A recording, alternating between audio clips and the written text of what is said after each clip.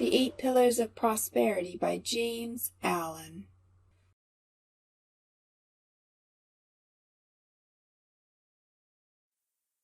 Chapter 5 of 8 Pillars of Prosperity by James Allen.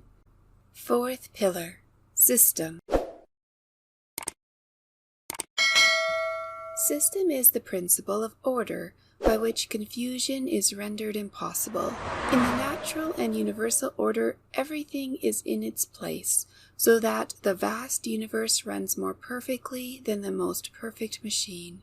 Disorder in space would mean the destruction of the universe, and disorder in a man's affairs destroys his work and his prosperity. All complex organizations are built up by system.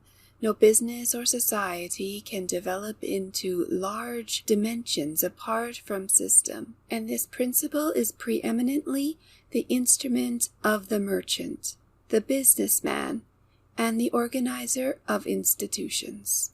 There are many departments in which a disorderly man may succeed, although attention to order would increase his success. But he will not succeed in business unless he can place the business entirely in the hands of a systematic manager, who will thereby remedy his own defect. All large business concerns have been evolved along definitely drawn systematic lines, any violation of which would be disastrous to the efficiency and welfare of the business. Complex business or other organizations are built up like complex bodies in nature by scrupulous attention to details.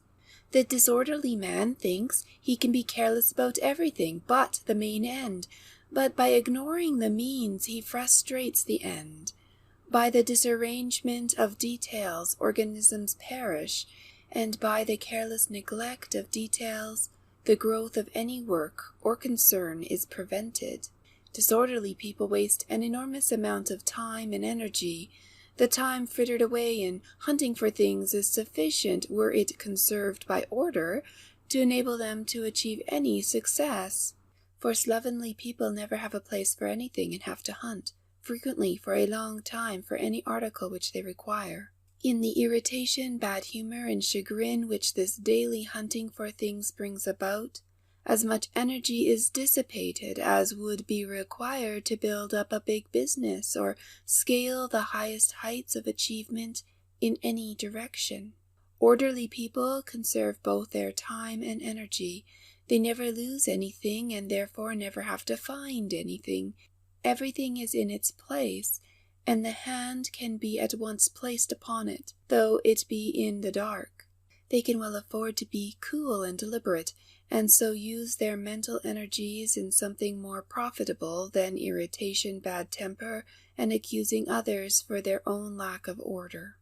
There is a kind of genius and system which can perform apparent wonders with ease.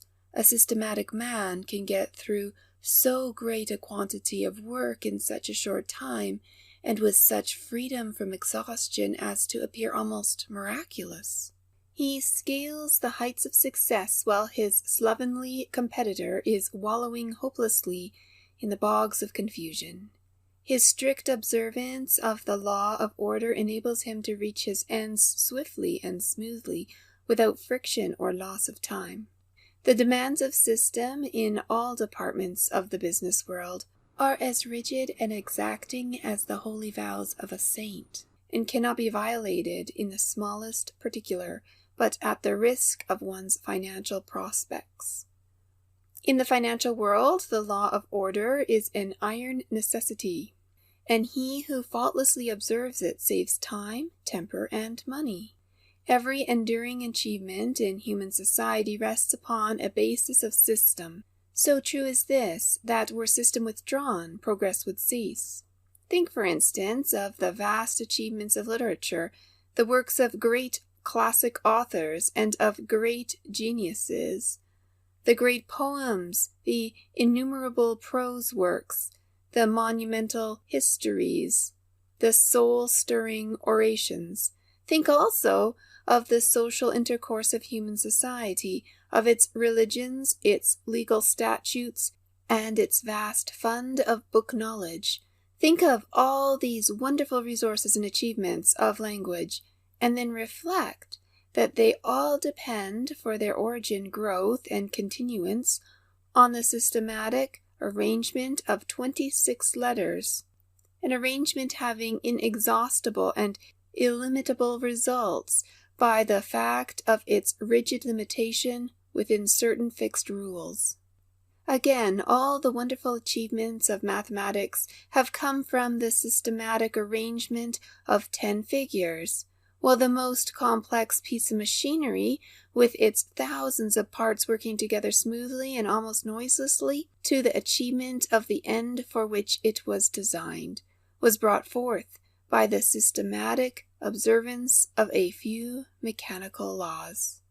Here then we see how system simplifies that which is complex, how it makes easy that which was difficult, how it relates an infinite variety of details to the one central law of order, and so enables them to be dealt with and accounted for with perfect regularity and with an entire absence of confusion. The scientist names and classifies the myriad details of the universe, from the microscopic rotifer to the telescopic star, by his observance of the principle of system, so that out of many millions of objects, reference can be made to any one object in, at most, a few minutes. It is this faculty of speedy reference and swift dispatch which is of such overwhelming importance in every department of knowledge and industry. And the amount of time and labor thus saved to humanity is so vast as to be incomputable. We speak of religious, political, and business systems, of systems of thought, education, travel, government, and so on, indicating that all things in human society are welded together by the adhesive qualities of order. System is, indeed, one of the great fundamental principles in progress, and in the binding together in one complete whole of the world's millions of human beings, while they are at the same time each striving for a place, and are competing with one another in opposing aims and interests.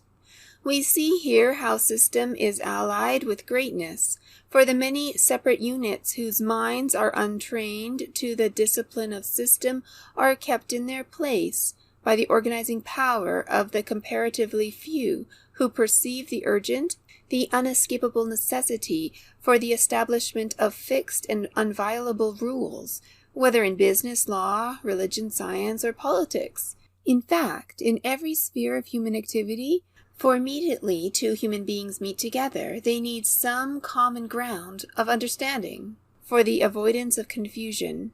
In a word, some system to regulate their actions. Life is too short for confusion, and knowledge grows and progress proceeds along avenues of system which prevent retardation and retrogression, so that he who systemizes his knowledge or business simplifies and enhances it for his successor, enabling him to begin with a free mind where he left off. Every large business has its system, which renders its vast machinery workable, enabling it to run like a well-balanced and well-oiled machine. A remarkable businessman, a friend of mine, once told me that he could leave his huge business for 12 months, and it would run on without a hitch till his return. And he does occasionally leave it for several months, while traveling, and on his return every man, boy, and girl, every tool, book, and machine, every detail, down to the smallest, is in its place, doing its work as when he left, and no trouble, no difficulty, no confusion has arisen.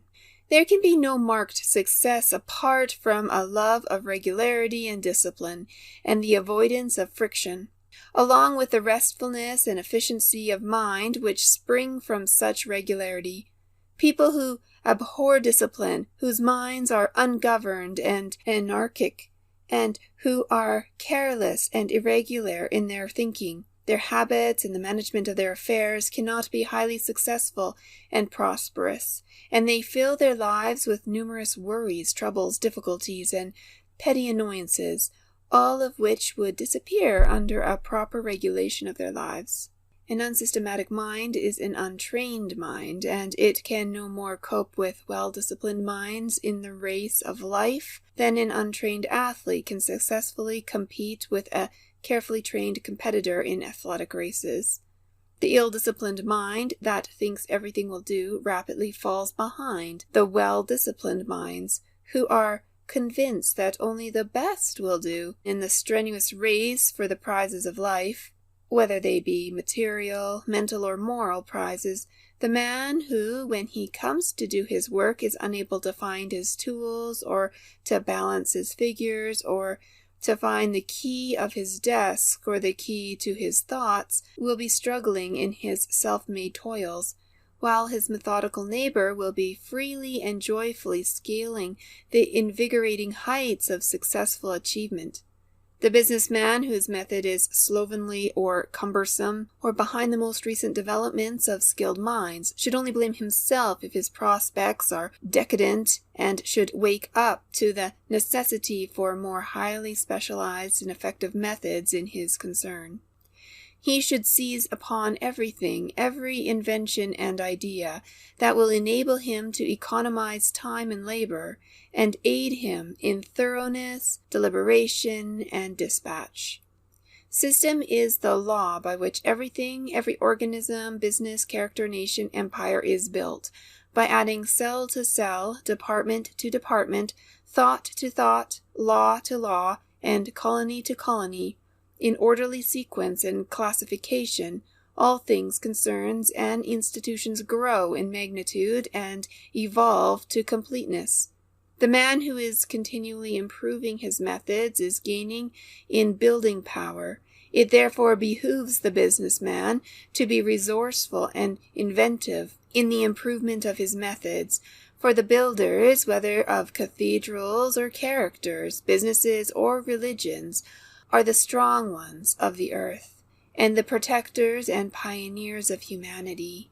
The systematic builder is a creator and preserver, while the man of disorder demolishes and destroys, and no limit can be set to the growth of a man's powers, the completeness of his character, the influence of his organization, or the extent of his business, if he but preserve intact the discipline of order, and have every detail in its place, keep every department to its special task, and tabulate and classify with such efficiency and perfection as to enable him at any moment to bring under examination or into requisition the remotest detail in connection with his special work. In system are contained these 4 ingredients: 1. Readiness. 2. Accuracy. 3. Utility. 4. Comprehensiveness. Readiness is aliveness. It is the spirit of alertness by which a situation is immediately grasped and dealt with.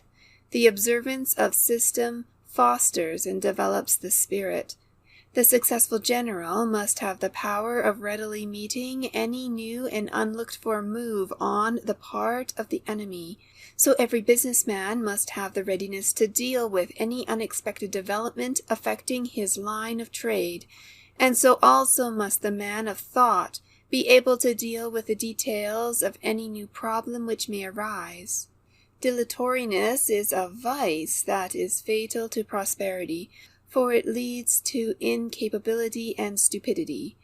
The men of ready hands, ready hearts, and ready brains, who know what they are doing, and do it methodically, skillfully, and with smooth yet consummate dispatch, are the men who need to think little of prosperity as an end, for it comes to them whether they seek it or not. Success runs after them, and knocks at their door, and they unconsciously command it by the superb excellence of their faculties and methods.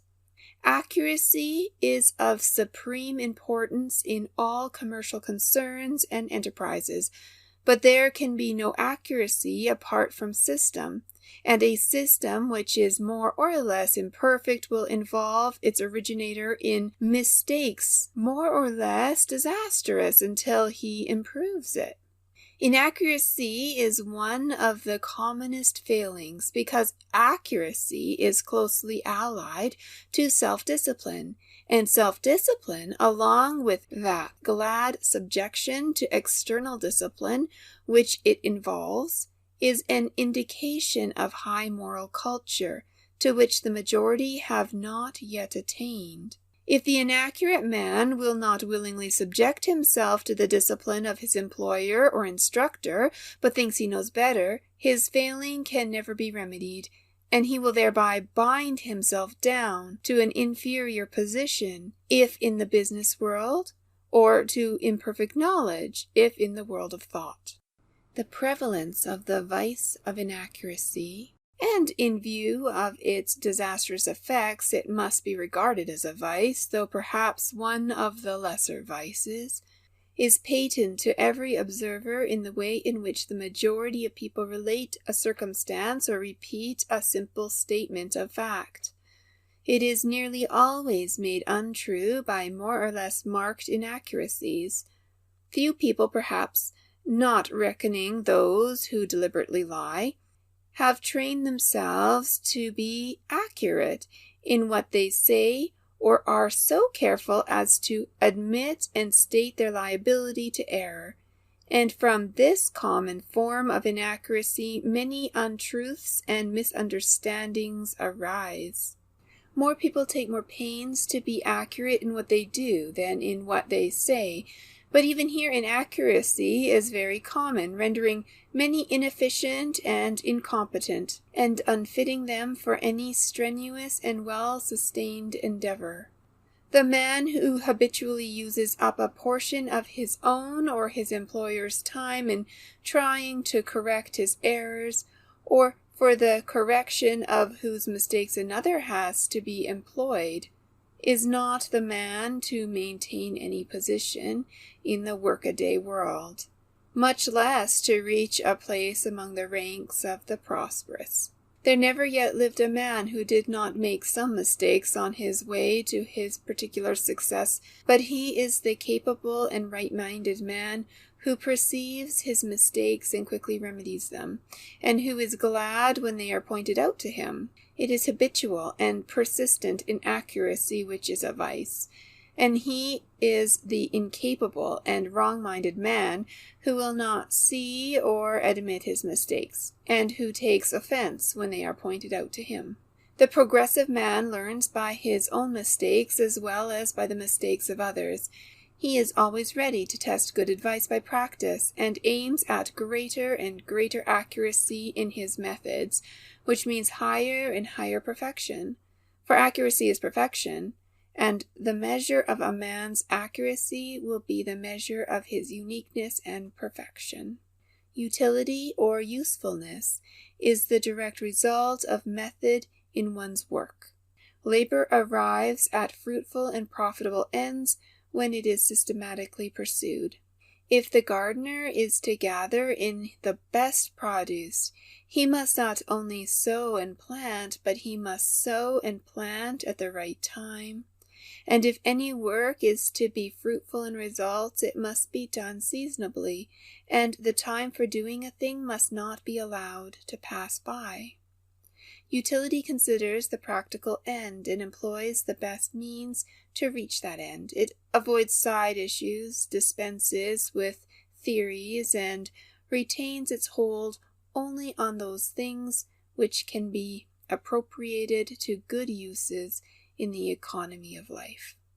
Unpractical people burden their minds with useless and unverifiable theories, and court failure by entertaining speculations which, by their very nature, cannot be applied in practice. The man whose powers are shown in what he does, and not in mere talking and arguing, avoids metaphysical quibblings and quandaries, and applies himself to the accomplishment of some good and useful end. That which cannot be reduced to practice should not be allowed to hamper the mind. It should be thrown aside, abandoned, and ignored. A man recently told me that if his theory should be proved to have no useful end, he should still retain his hold upon it as a beautiful theory. If a man chooses to cling to so-called beautiful theories, which are proved to have no use in life and no substantial basis of reality, he must not be surprised if he fail in his worldly undertakings, for he is an unpractical man. When the powers of the mind are diverted from speculative theorizing to practical doing, whether in material or moral directions, skill, power, knowledge, and prosperity increase. A man's prosperity is measured by his usefulness to the community, and a man is useful in accordance with what he does, and not because of the theories which he entertains. The carpenter fashions a chair, the builder erects a house, the mechanic produces a machine, and the wise man molds a perfect character. Not the schematics, the theorists, and the conversationalists, but the workers, the makers, and the doers are the salt of the earth. Let a man turn away from the mirages of intellectual speculation and begin to do something, and to do it with all his might, and he will thereby gain a special knowledge, wield a special power, and reach his own unique position and prosperity among his fellows. Comprehensiveness is the quality of mind which enables a man to deal with a large number of related details, to grasp them in their entirety along with the single principle which governs them and binds them together. It is a masterly quality, giving organizing and governing power, and is developed by systematic attention to details. The successful merchant holds in his mind, as it were, all the details of his business, and regulates them by a system adapted to his particular form of trade. The inventor has in his mind all the details of his machine, along with their relation to a central mechanical principle, and so perfects his invention. The author of a great poem or story relates all his characters and incidents to a central plot, and so produces a composite and enduring literary work. Comprehensiveness is analytic and synthetic capacity combined in the same individual. A capacious and well-ordered mind which holds within its silent depths an army of details in their proper arrangement and true working order is the mind that is near to genius, even if it has not already arrived. Every man cannot be a genius, nor does he need to be, but he can be gradually evolving his mental capacity by careful attention to system in his thoughts and business. And as his intellect deepens and broadens, his power will be intensified and his prosperity accentuated. Such then are the four corner pillars of the temple of prosperity, and of themselves they are sufficient permanently to sustain it without the addition of the remaining four. The man who perfects himself in energy, economy, integrity, and system will achieve an enduring success in the work of his life, no matter what the nature of that work may be. It is impossible for one to fail who is full of energy, who carefully economizes his time and money, and virtuously husbands his vitality, who practices unswerving integrity, and who systematizes his work by first systematizing his mind. Such a man's efforts will be rightly directed, and that too with concentrated power, so that they will be effective and fruitful. In addition, he will reach a manliness and an independent dignity, which will unconsciously command respect and success, and will strengthen weaker ones by its very presence in their midst. Seest thou a man diligent in business? He shall stand before kings, he shall not stand before mean men, says a scripture of such a one.